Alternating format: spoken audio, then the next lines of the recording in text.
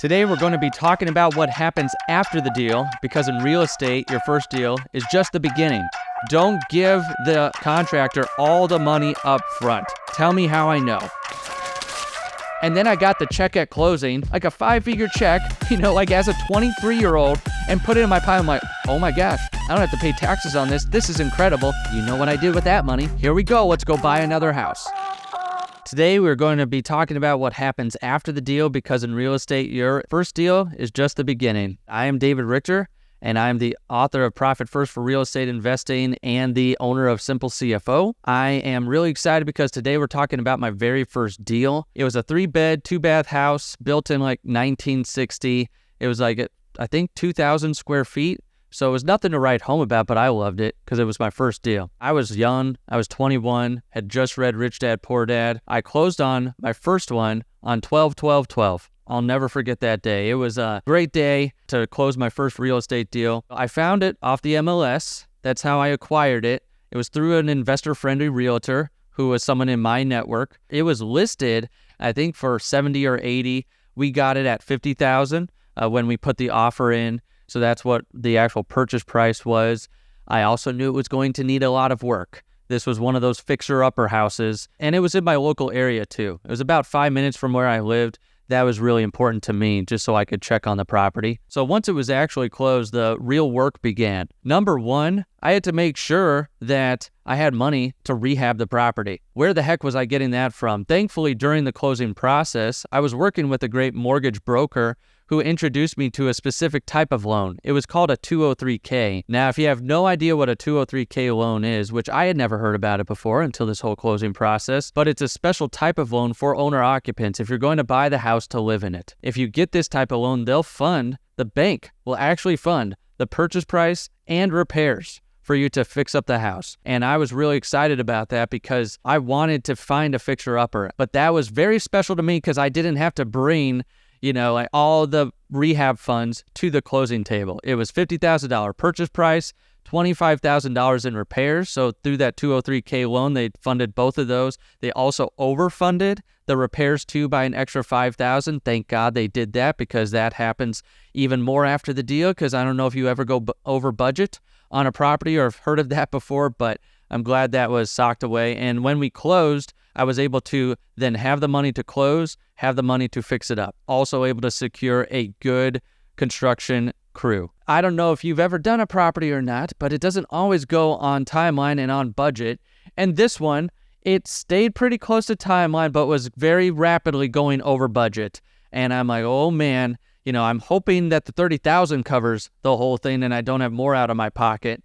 Where thankfully, it was close to my house, so I got to keep an eye on the property. I would go over there at least once a week, make sure things were moving, seeing if there were any big issues coming up, because then I had to report back and they had to report back the construction crew to the lender because of this specific type of loan. So that's where on this deal, we had the construction team in place. It got to the end and they did. They needed the extra $5K. I think it was just under the $5K that they needed to complete it with some change orders. If you've never heard what a change order is, it's you have the budget, but then something comes up and you have a change order that adds more to the budget to say we need to be able to do this to finish the project. Once it's done, which is just a great feeling. Have you ever walked into a completed project? If you haven't, it's addictive. So you walk in and it looks totally different from when you first walked in. Now I was excited. So what did I do? I went out there and I rented it to 2 friends and 1 family member. Don't put anything or put anyone in place without a lease agreement. It didn't matter. Friends, family,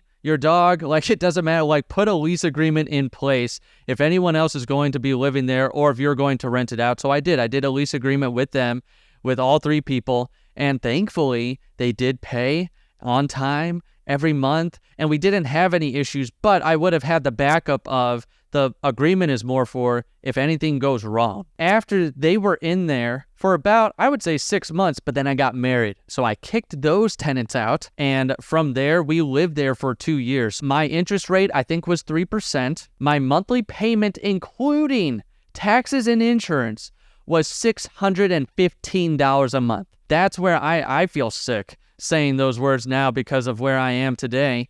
But that's where was able to then live for 2 years with my wife in that property. But then it was time to move on. We found another deal and we're able to use the profits and the monthly cash flow and just our real estate knowledge to get into another house.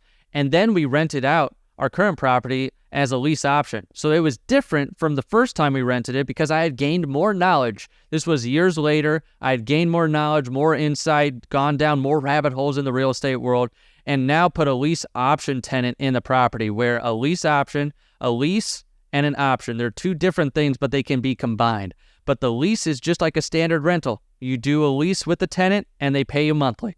But then an option, if you throw that on as well too, gives them option and the first right to buy your property at any time in the future for a specific price that you lock in when they sign that lease and option agreement together. So that tenant literally was in there for 6 months, paid on time, paid even early most times, and then cashed me out. He went and got a loan 6 months later, cashed me out. And what was beautiful about this, since I lived there with my wife 2 out of 5 years, I was able to put all the money from the proceeds of that property tax-free into my pocket because of the tax code. If you live 2 out of 5 years, you're able to put that in your pocket tax-free, and that's what I did. So I got to put a tax-free check in my pocket, and back then, I had refinanced a couple times too along the way. So when I cashed out and I had the profit sitting in my bank account, it was 15 grand. It was 15 grand, and I'll never forget that because this was a big check. I went to the bank and the teller said, don't spend that all in one place. And I had never had a bank teller say something like that to me before when I had made deposits. So I'm like, this is awesome. I want to keep doing this. That's where I got into more deals, and this just really gave me a great taste for the real estate space.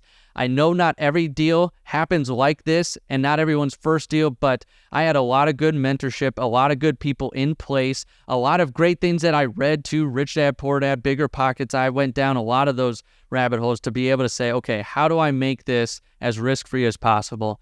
And that's where being able to put that $15K in my pocket, tax-free, all the knowledge had come to a head and said, boom, this is it. This is what real estate can really help you do. I felt like this deal was really the catalyst for my love of real estate. If you're listening to this, you're probably like, yeah, of course, everything happened great.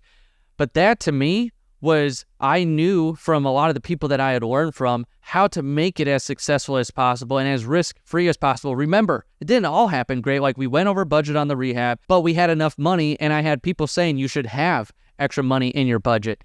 I just had a lot of great people holding my hand, and that's where you might need that. Whether you're leaning on Bigger Pockets or a mentor or whatever it might be for you, you need that in your life, because now I still work in the real estate space and I'm still very active, and I love helping the real estate investing world because I see other people, not only $15,000 checks, but $20, $30, $50, $100,000. Like, it is incredible how much you can make in the real estate space. So I'm glad that first deal turned out how it did, because it was a catalyst for my love for real estate and the next few deals, because you know what I did with that money, what most other people do.